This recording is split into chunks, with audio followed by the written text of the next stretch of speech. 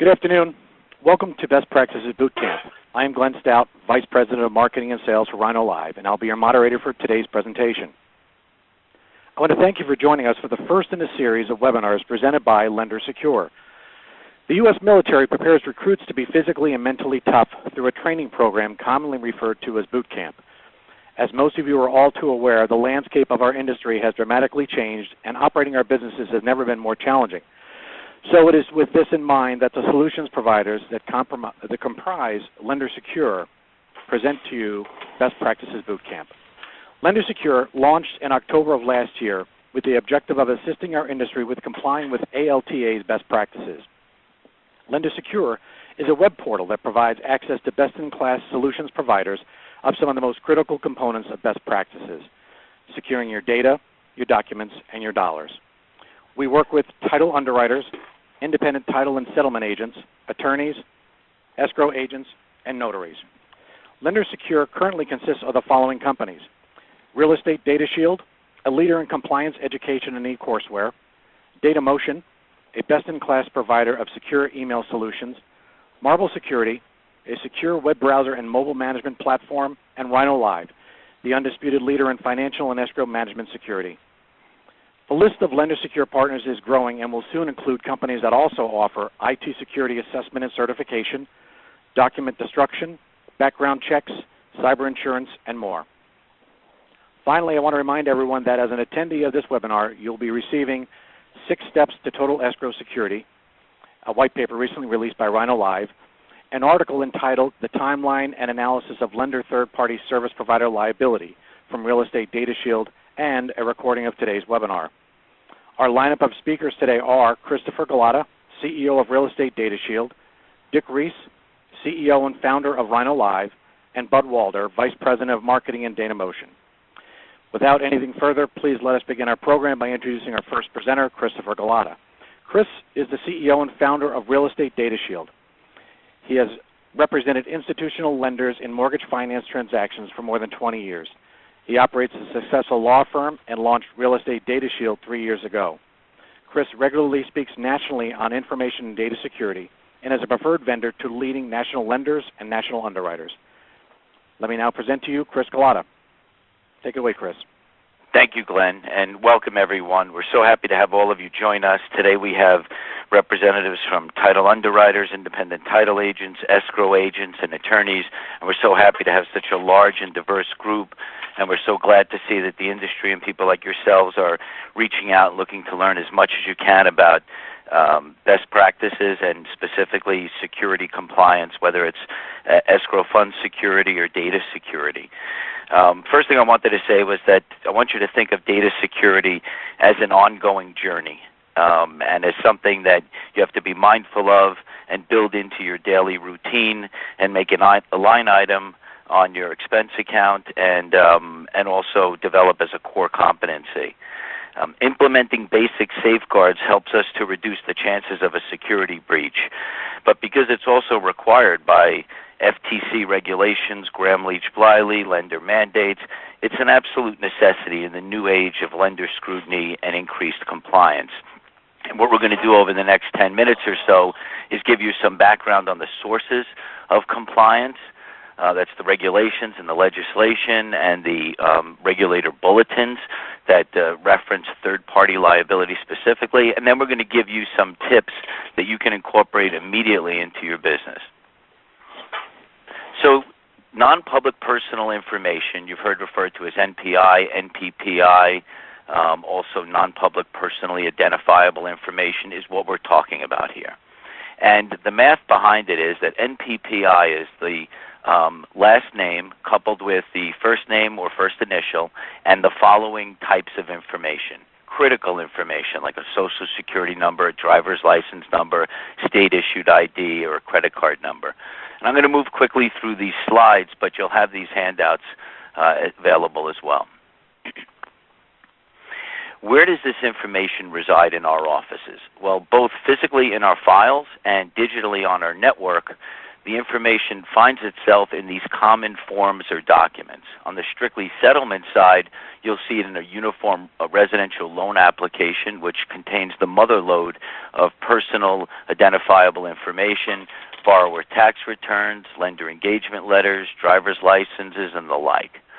On common title documents, you'll see this again in identifications, title orders, payoff letters, escrow agreements, and the like. What are the background sources? Where did this all come from? Well, in the United States, it started in 1999 with Gramm-Leach-Bliley, which went effective in the summer of 2001. Among other things, Gramm-Leach-Bliley tasked the FTC with creating regulations that safeguard customer information. And they developed there's some background noise for our speakers. They developed the privacy rule in '99, the safeguards rule in '03, and the disposal rule in '05. More recently, we've all become aware of the CFPB April 2012 Service Provider Bulletin, which also reminded lenders that they're responsible for all these supply chain vendors that they use, settlement service providers. Then the Office of the Comptroller of Currency also has weighed in here. Back in 2001, they developed a bulletin on interagency guidelines establishing standards for safeguarding customer information. So we're looking 13 years back at these laws being effective, and our industry is only now starting to embrace it. So if you're wondering why lenders are feeling the urgency, it's because the OCC and the CFPB and the FTC are all telling our lender referral sources now, time to push down these requirements to your vendors as well. The Federal Reserve has also weighed in on this back in December of 2013 in their Managing Outsourcing Risk Bulletin. Alter, as you all know, developed their wonderful best practices in January 2013 that speaks specifically to what we should be doing as an industry to raise our compliance bar. You've got state agencies and regulators, and you've got lender mandates, and we're going to go through these quickly now. We talked about Gramm-Leach-Bliley went effective in 2001. And when they describe, and Gramm-Leach-Bliley talks about, among other things, privacy protections for consumers, when they talk about financial institutions, they don't think of it the way we as consumers do as banks, but they also include in the definition anyone engaging in financial activities or significantly engaged in financial activities, and clearly we're involved in that process as real estate settlement service providers. 1999, the FTC develops a privacy rule requiring a clear and conspicuous notice to both customers and consumers. 2002, 2003, the FTC comes out with their safeguards rule, which talks about the need for a written information security plan, employee training and management. And in 2005, they come out with their disposal rule, which talks about how we need to dispose of documents or digital media that contain non-public personal information. So the safeguards rule is worth a quick mention here. The safeguard rule has specific recommendations that companies should adhere to, mainly a written information security plan. They also talk about how the plan has to be appropriate to the size and complexity of the company and the nature and scope of activities. We deal in pretty sensitive information, so I think that highlights the importance for our industry to follow the safeguards rule. You have to designate employees to coordinate the information security plan, identify risks, design and implement a safeguards program, select service providers who themselves maintain safeguards, and evaluate and adjust the program in light of relevant circumstances. The other recommendations include employee management and training. Remember, if you haven't armed your front lines with an awareness of the laws and requirements and the best practices, you haven't really positioned your company to have any chance at compliance. They talk about regular and periodic risk assessments and monitoring, upgrading your security program. I recommend annually that you look, at least annually, that you look at everything you're doing and upgrade your systems. Require employees to read and sign company privacy policies, conduct background checks, and the like. They also recommend using strong passwords, screensavers, appropriate use for the internet policies, for smartphones, tablets, email encryption, locking offices and file cabinets, regular training of staff, disciplinary measures for staff who don't follow security policies, and preventing, this is a big one, terminated employees from accessing networks and databases. You wonder if this has ever hit our industry. Well, to answer that question, it has. Back in 2004, a hacker got into Nation's Title's website and was able to breach their website and their network and get consumer non-public personal information. A television crew that came on site also found employees dumping documents containing non-public personal information into a dumpster. And the FTC pretty much threw the book at Nation's Title and required them to go through a whole series of remedial measures and outside monitoring. We talked about the April 2012 bulletin. This is where the CFPB told lenders that they expect them to monitor and take responsibility for their third-party vendors. And this kind of woke the lenders up to their responsibility for all us real estate settlement service providers. The OCC came out with their own third-party relationships bulletin that says pretty much the same thing but in a lot more detail. And they talk about lessons learned since their earlier third-party relationship bulletin, where they talk about an increased risk with the use of service providers. They also found that banks have generally failed to properly assess the risks associated with using third-party vendors, conduct due diligence, and enter into agreements and assess the third parties' risk management capabilities. They also talk about a higher level of risk for critical activities which require higher bank oversight, and that includes settlements. So we're in a high-risk category according to the OCC. So now you've got the FTC, the OCC, and the CFPB all putting incredible pressure on lenders to be compliant and to push that compliance down to their third-party vendors, real estate settlement service providers. The third-party relationship bulletin specifically talks about information and physical security and safeguarding customer information. Federal Reserve, as we said, also has weighed in on this recently. So you see now another regulator weighing in on this. So again, if you're wondering why regulators, why lenders are so concerned, it's because every regulator they deal with is putting pressure on them to monitor and assess their third-party vendors. Alta's best practices, I'm sure you're all familiar with. 3, requires adoption and maintenance of a written policy of information security program. And I'm going to flip through quickly. Here's a few things that Alta looks for. You'll have this in your materials. This is a list of policies and procedures you should have. This is their assessment procedures. Wells Fargo, as you're aware, came out in March with a bulletin that let vendors know that they're expanding and enhancing third-party oversight. They tell us to prepare for top performer status. They acknowledge that there may be some transition time, but they ask, do you have a plan in place for adoption? And can you document and demonstrate inspection processes to validate your adoption of best practices? So now you've got the regulators putting pressure on the lenders to ensure that we're compliant as an industry, and you've got the lenders coming in and supporting Alta's efforts to do that as well. Employee training is a key recommendation. These are the first steps to compliance. Develop your policies and procedures, assess your risk, educate your staff, secure your workflows, ensure compliance with your sub-vendors, and implement the sound document destruction policy. I break down security into 3 categories: administrative, physical, and network security.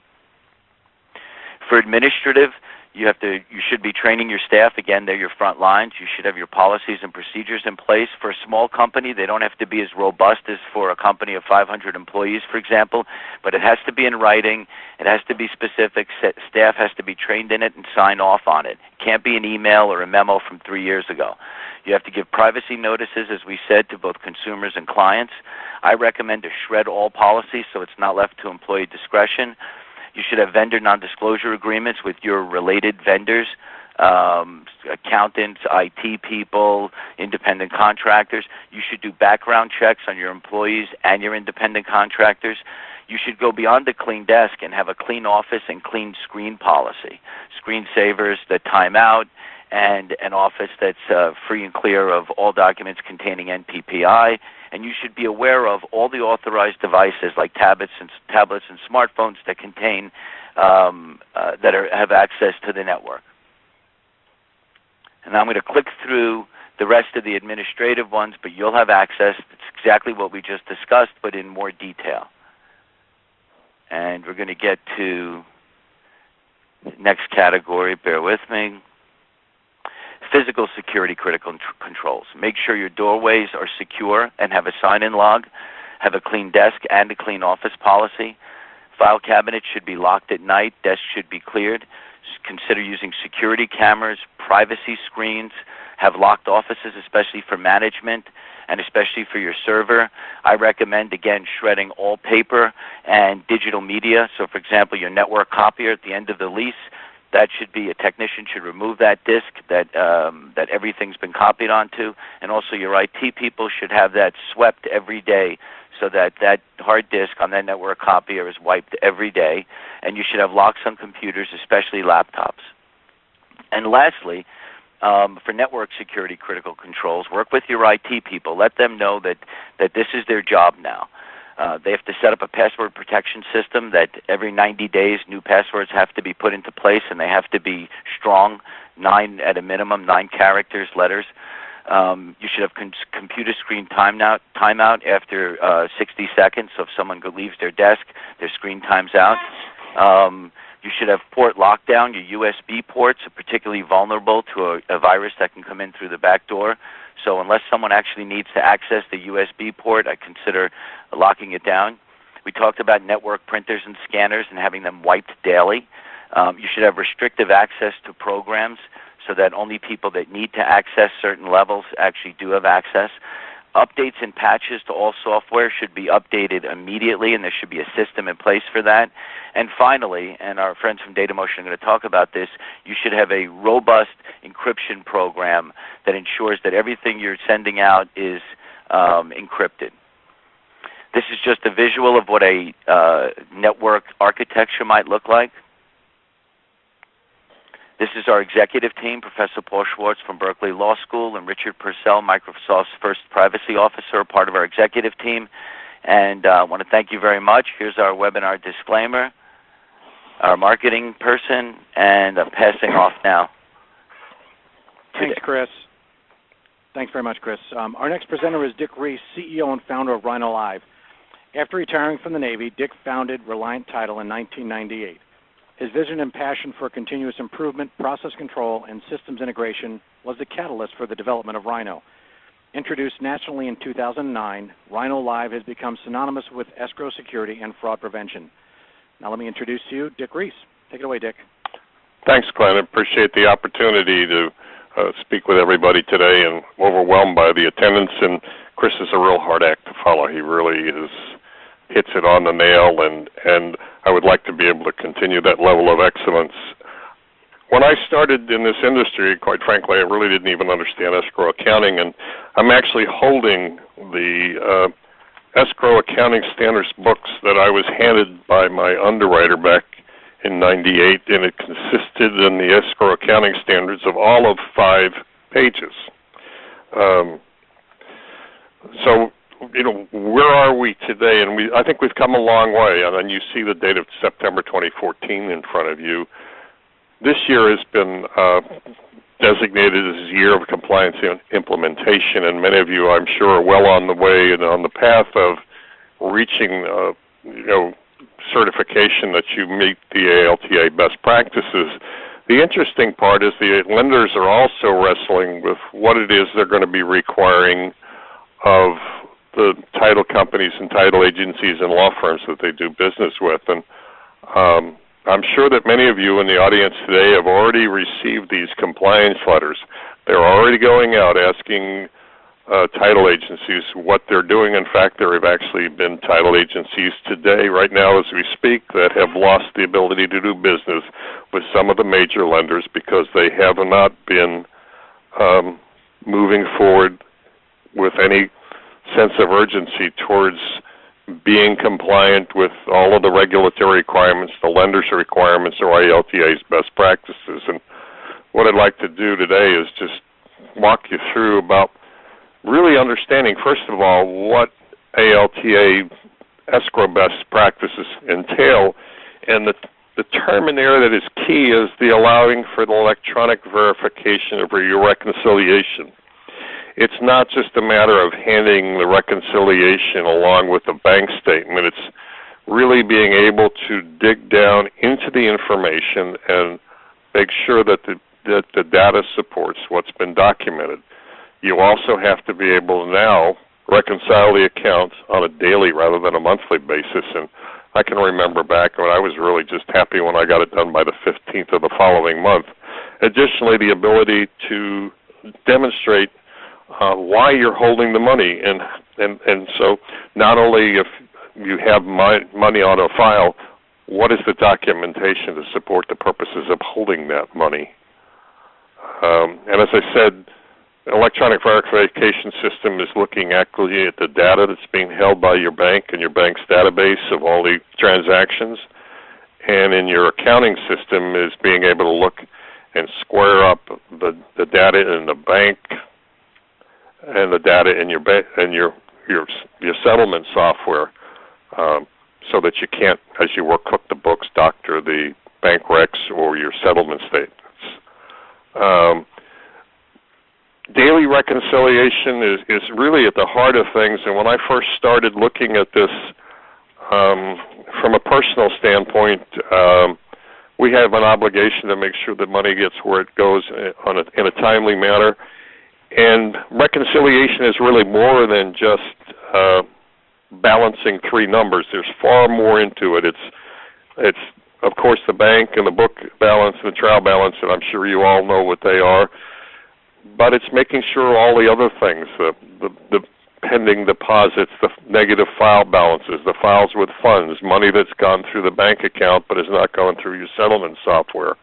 And the other big thing from a reconciliation on a daily basis is that the fact of the matter is that the business banking rules are markedly different than your own personal banking rules. So in other words, when you get your bank statement at home, you've got until a few days after that to do the reconciliation or balance your checkbook, as it were. Well, in the business world, and if you're using online banking, which you all should, you're basically getting a bank statement every day, and there's a 24-hour time limit on that you really have to be paying attention to what's gone through your bank. And back in the old days, people gave you more time than there is available today to notify them if something gets incorrectly posted to your account or a fraudulent item is presented for payment. And I won't get into the things or the UCC regulations about exercising ordinary care and best practices. You're responsible for what's posted to your account, and you have an obligation to get back to the bank within 24 hours. Written procedures. It's more than just 5 pages. And when you start looking at what it is that you need to have documented in your escrow account management, it's everything. I've broken it down by pre-closing, post-closing,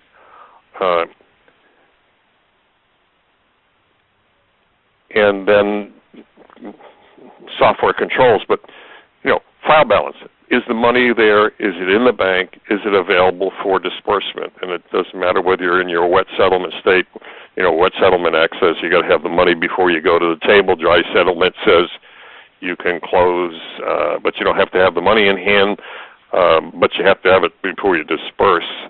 And do you have the procedures in place if you happen to be in a situation where the money is not there and available at the closing table? Check endorsement.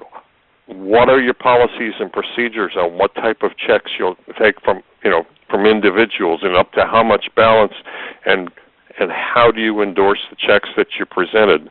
And then there's this whole issue of good funds versus collected funds, and I'll get into that in greater detail.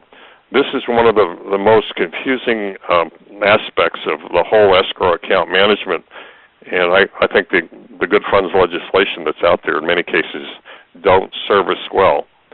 Then you get into the use of depositing funds into your escrow account. particularly if you're holding a remote deposit capture machine where you can drop a check in the scanner and it goes into the bank. And the question is the bank funds, are they really on deposit, and can you disperse them? And I'd like to talk about personal things and experiences that I have. And I go back several years ago when we had a Virginia account and a North Carolina account, and we were doing closings. It was the last day of the month, and we received a wire, and it went to the Virginia account for a North Carolina closing. Well, at 3 o'clock in the afternoon, we realized the problem with the money went into the Virginia account rather than the North Carolina account. We were very busy, and we called the bank and asked the teller, or the bank officer actually, to transfer the money from the Virginia account into the North Carolina account, and we proceeded to disperse the funds. Well, the next day when we got our end of the month bank statement, the money wasn't there. In fact, therefore, it showed as a negative balance.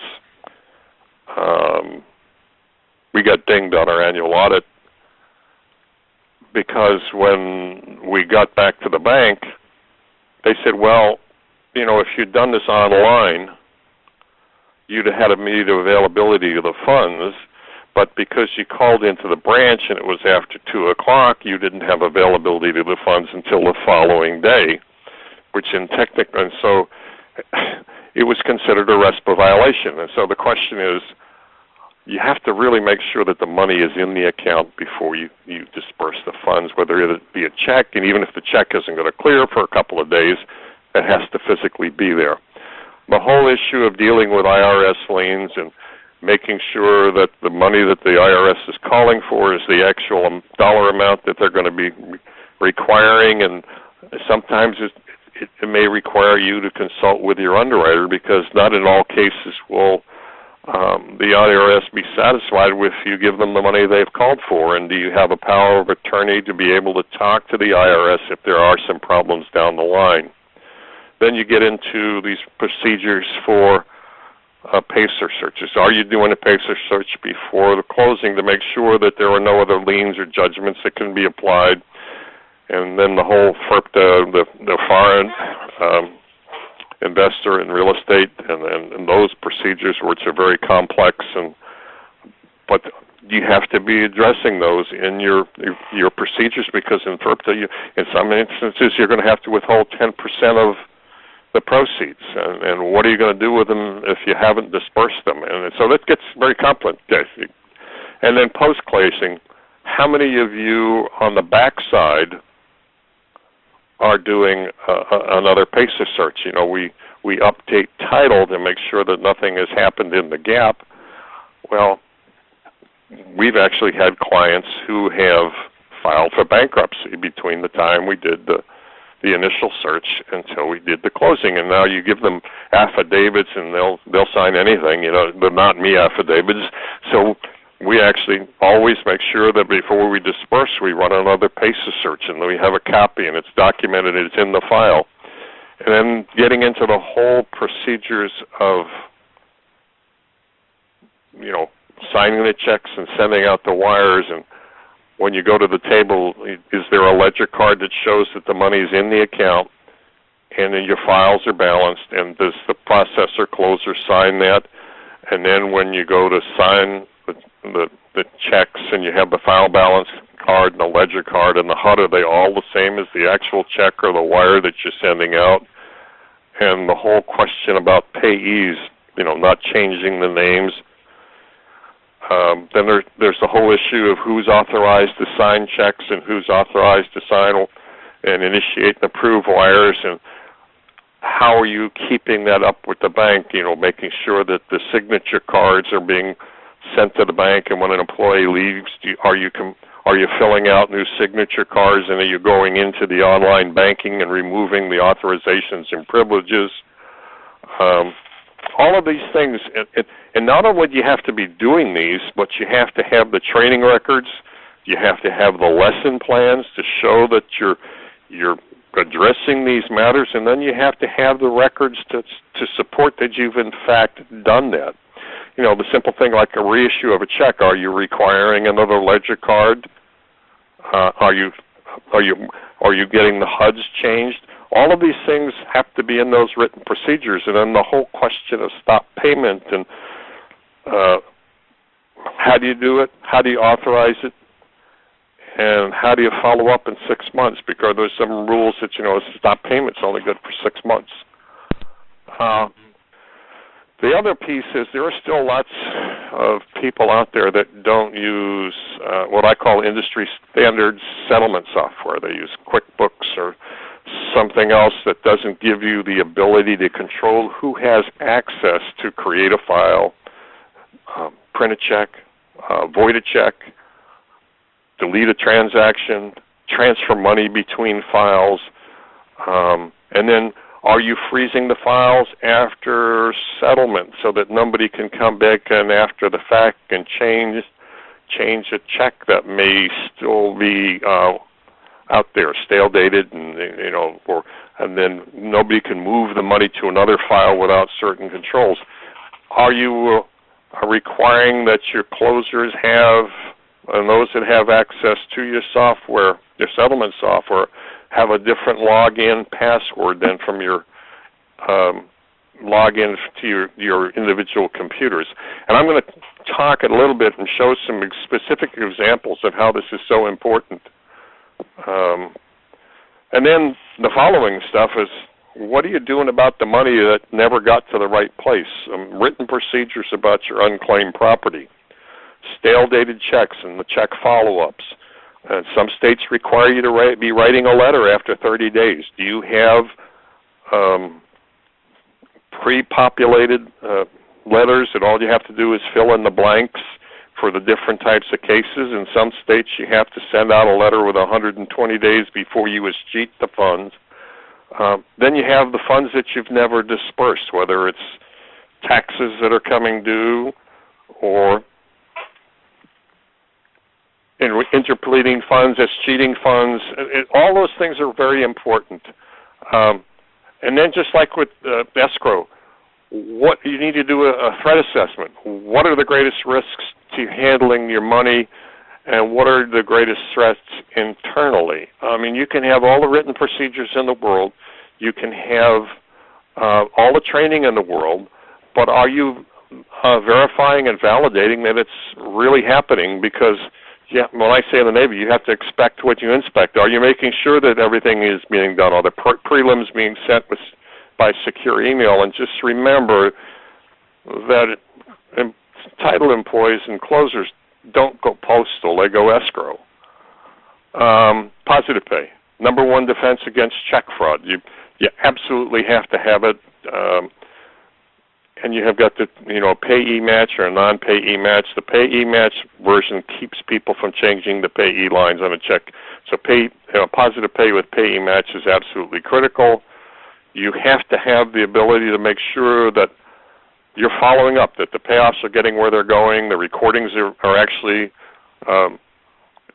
being recorded, and the checks are being cleared. The last thing in the world you ever want to do is pay for a homeowner's insurance policy or a home buyer's warranty and then find out that the check didn't get there and then have the house catch fire and you then have the owner's responsibility of having to pay for a house.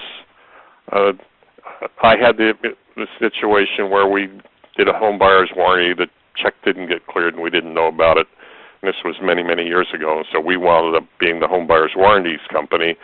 And so you just really need to have systems in place that follow up in an orderly manner to make sure that the checks get negotiated. The big piece, and one of the things that you can do is take a look at your good funds legislation in the state, because good funds are not collected funds. Collected funds are funds that are irrevocably credited. They're talked about in the Federal Reserve banking regulations, CC. Just because the bank has made the funds available to you doesn't mean they can take them back away.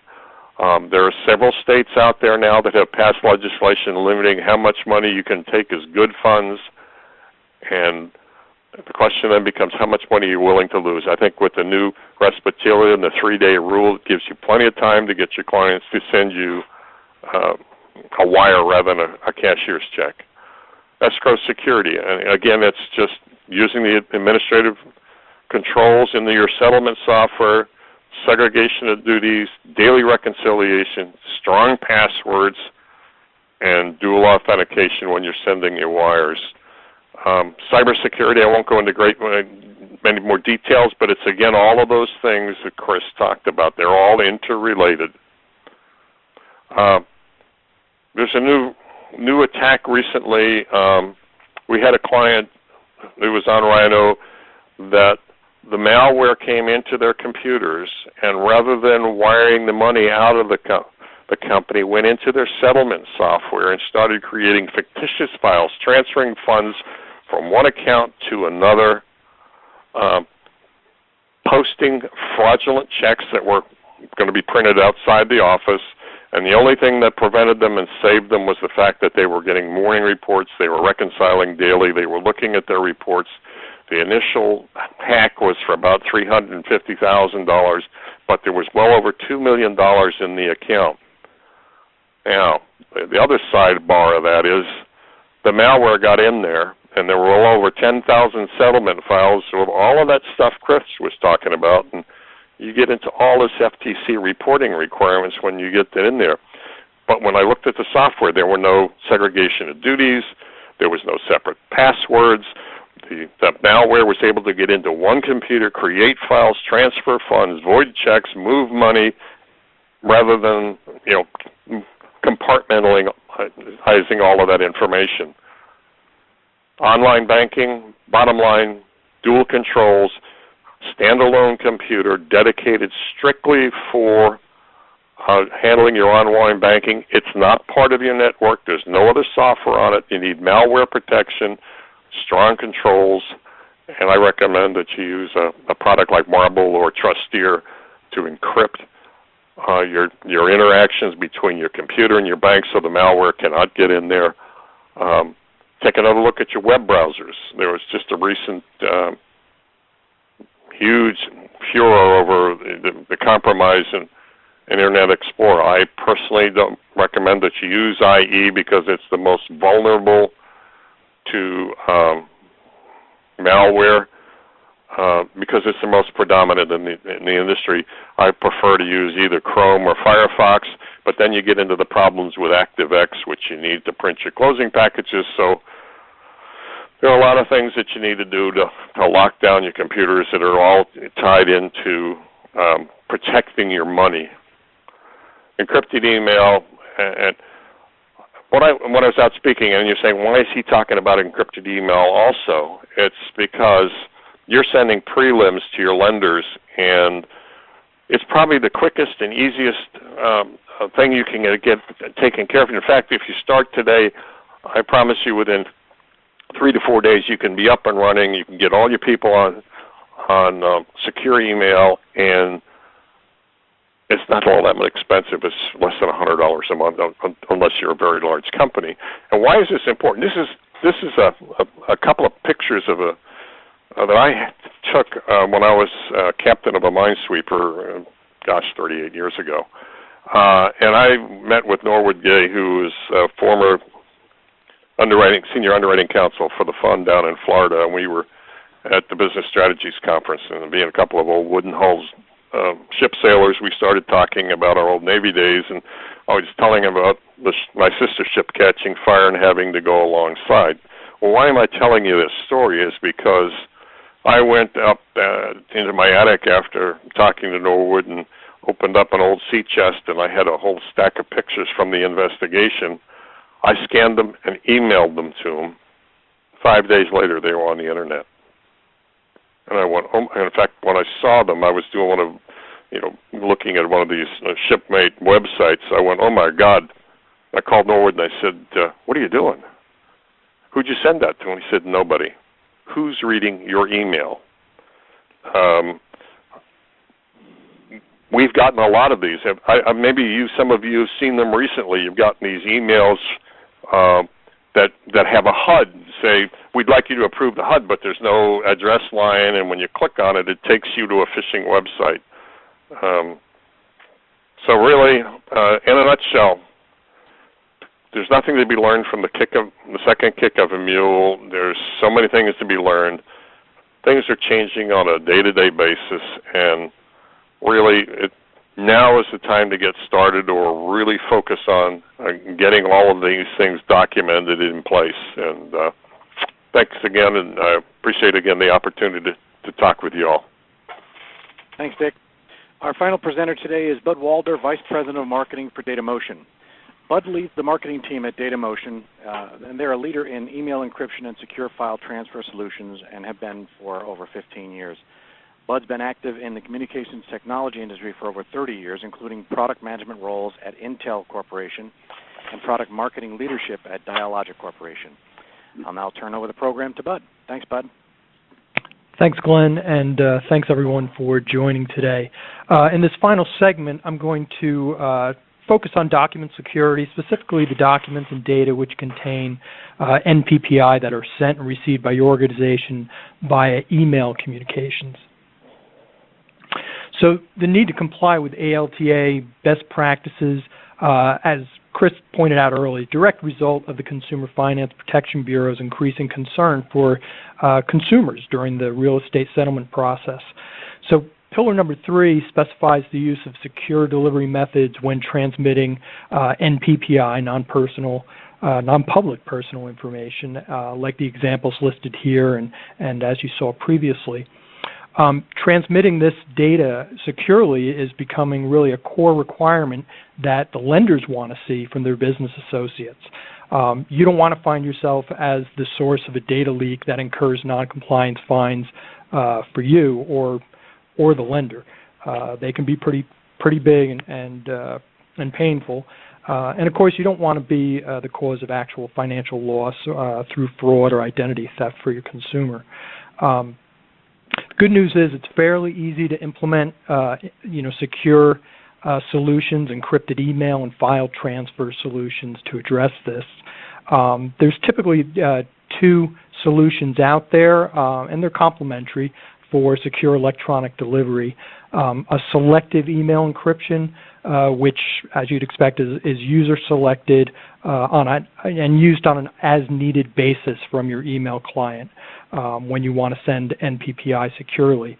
And the second is an automatic email encryption, which is done by a policy-based email encryption gateway that works with your email server and basically scans all your email traffic for NPPI and then addresses it accordingly. So we'll go into a little bit of detail on both, but first I'll talk a little bit more about why email encryption is necessary. So as Glenn just pointed out with his pictures there of the battleships, unencrypted email content is truly visible. Once you create an email and you hit send, normal email transmission, and it leaves your email server, it travels through many public servers on internet hops. That's basically the way the internet works, right? It goes from server to server before it reaches your recipient, and that's where the security issue is. At any one of those public server hops, the content you're sending is really viewable and available for misuse, and even without your knowledge, even if it arrives at its destination, untouched, so to speak. So we often use this postcard analogy for unencrypted email. Sending a normal email is kind of like sending private information on the back of a postcard through the Postal Service. Anyone along that delivery path, anybody that picks up that card can read the content. It's not hidden in any way. And with email, it's somewhat worse, or maybe easier to see, or by more people actually, because a hacker can tap in to a public server from anywhere along an email delivery route from any of those public servers and see that NPPI, steal that NPPI or other sensitive financial data.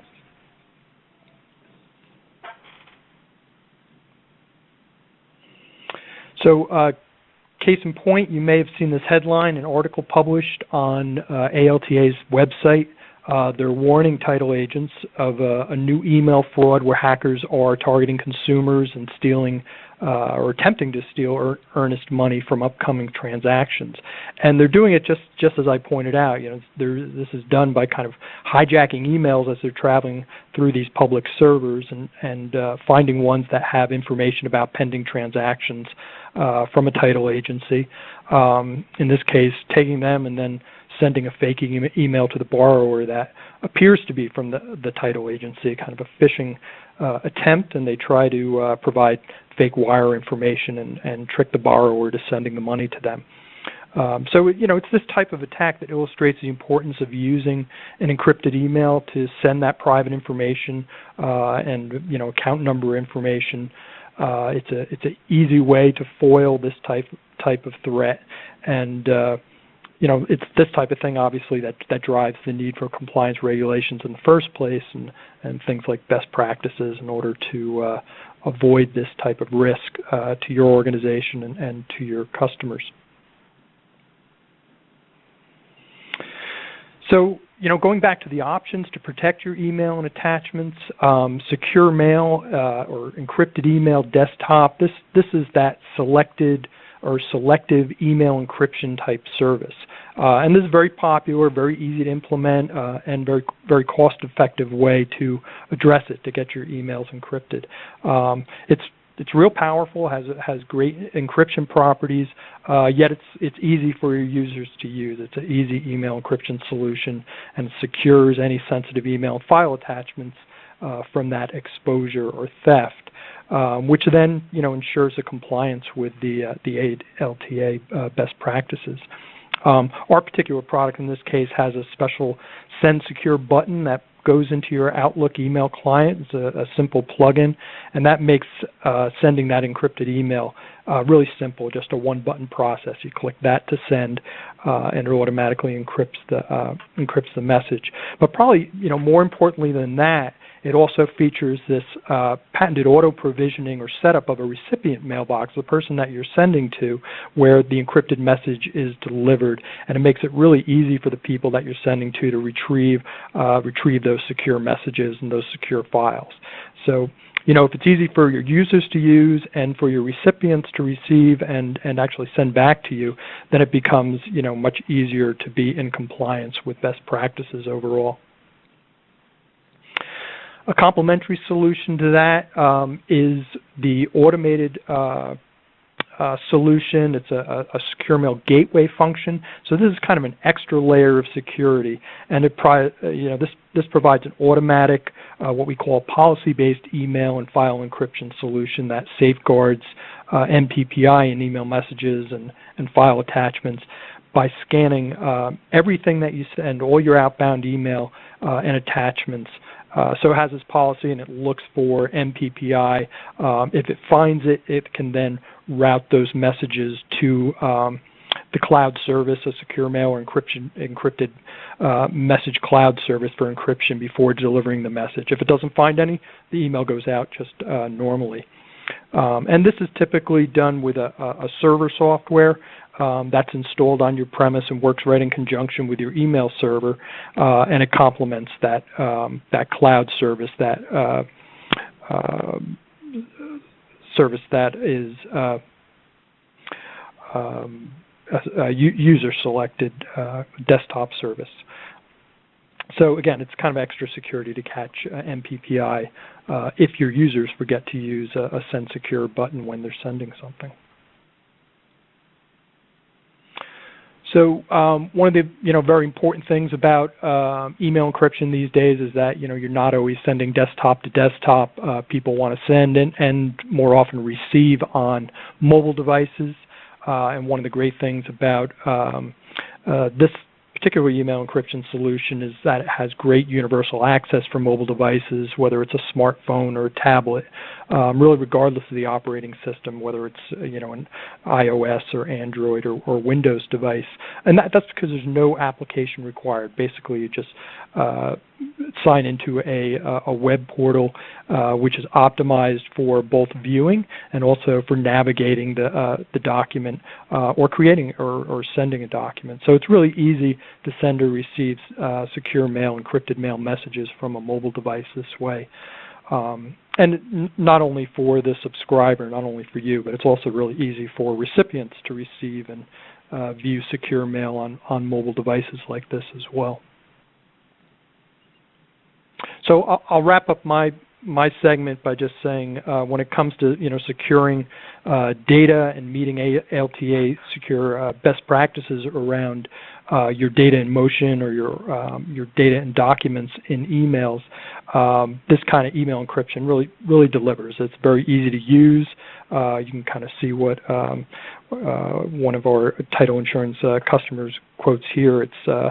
And Dick mentioned it too. It's very easy to set up, very quick to put in place, easy for you to use, and easy for your customers to use.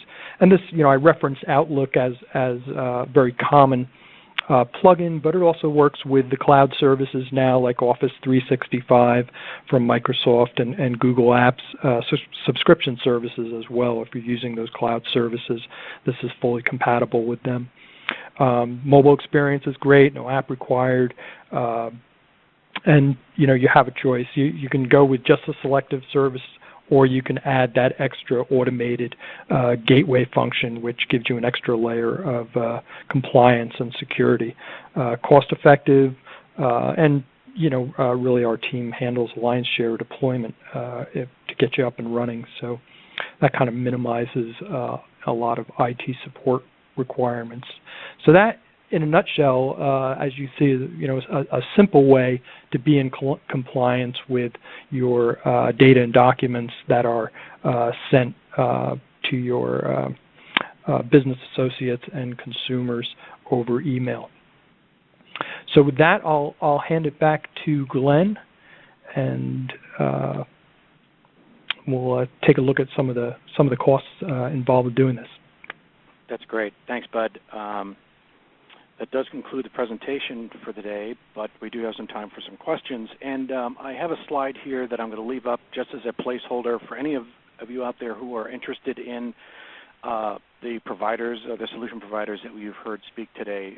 There's a cost analysis, or at least a placeholder, like I said, for costs if you're interested. We do have some time for some questions, and let me get to those right away. I have one here for Chris Gulotta over at Real Estate Data Shield. Chris, the first question is, how long does the coursework take to complete?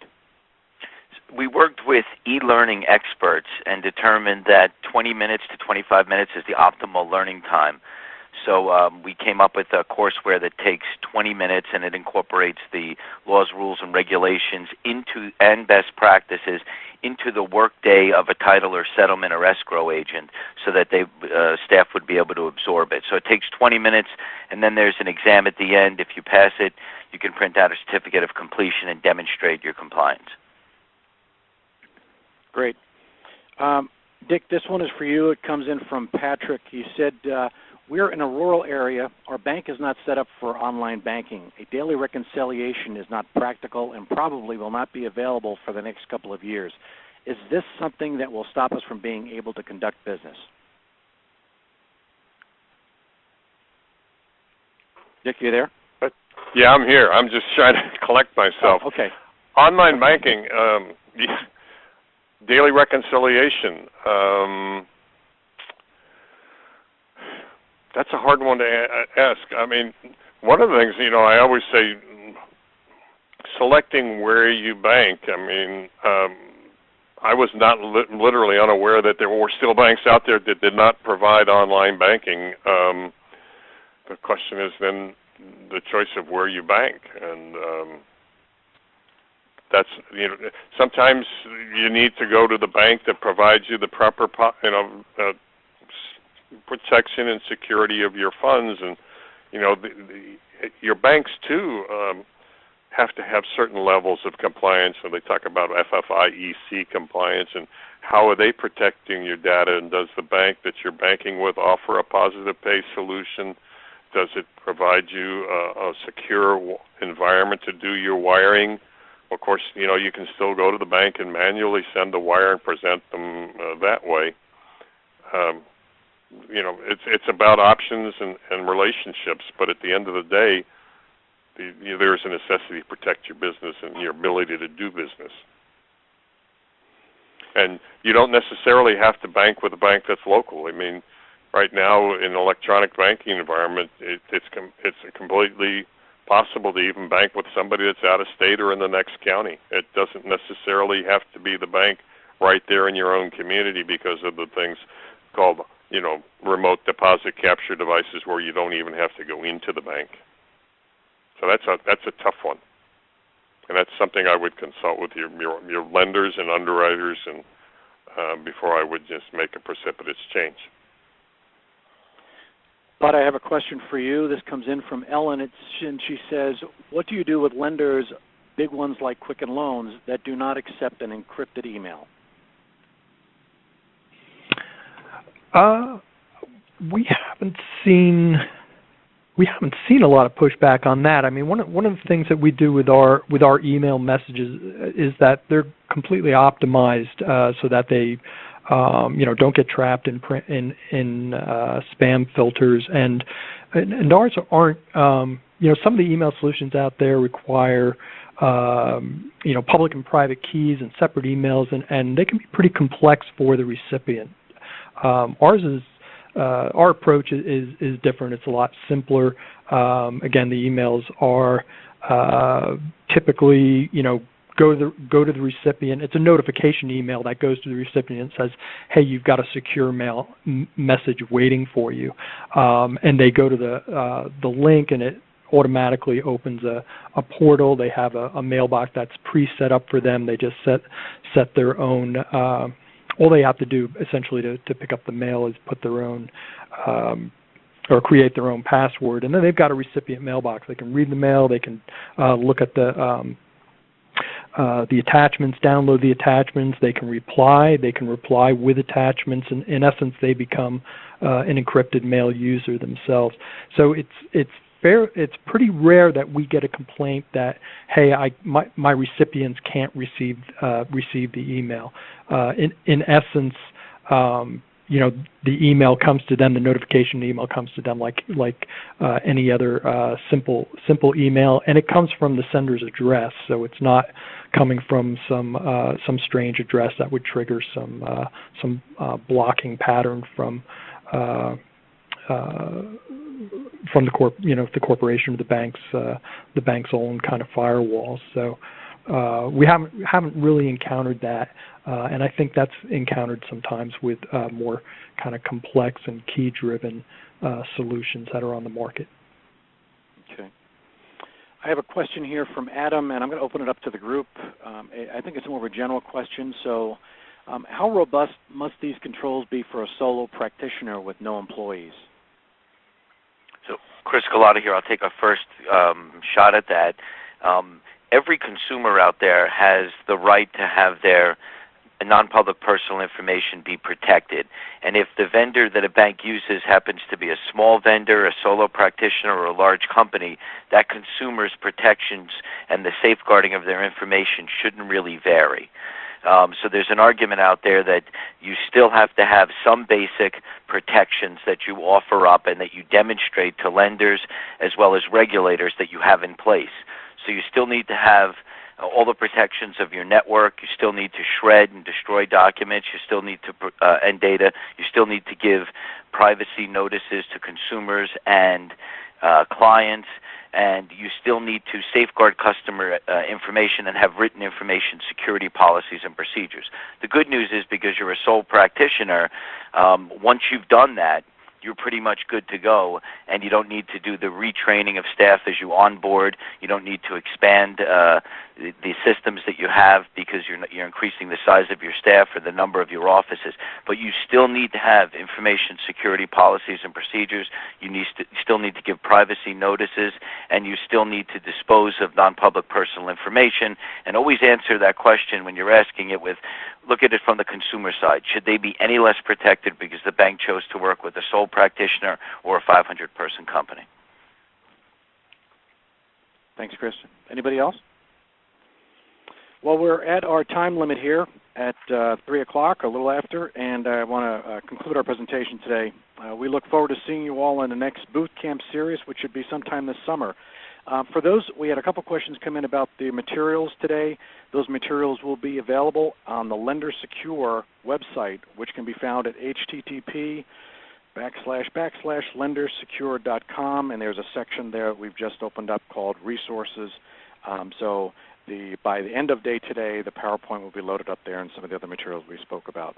If you have specific questions and you want them answered, I'd be more than happy to give you my email address. It's glenn.stout, glen.stout@rhino, and that's spelled RYNOH.com. I will reach out to you individually. Thanks, everyone, and that concludes our presentation.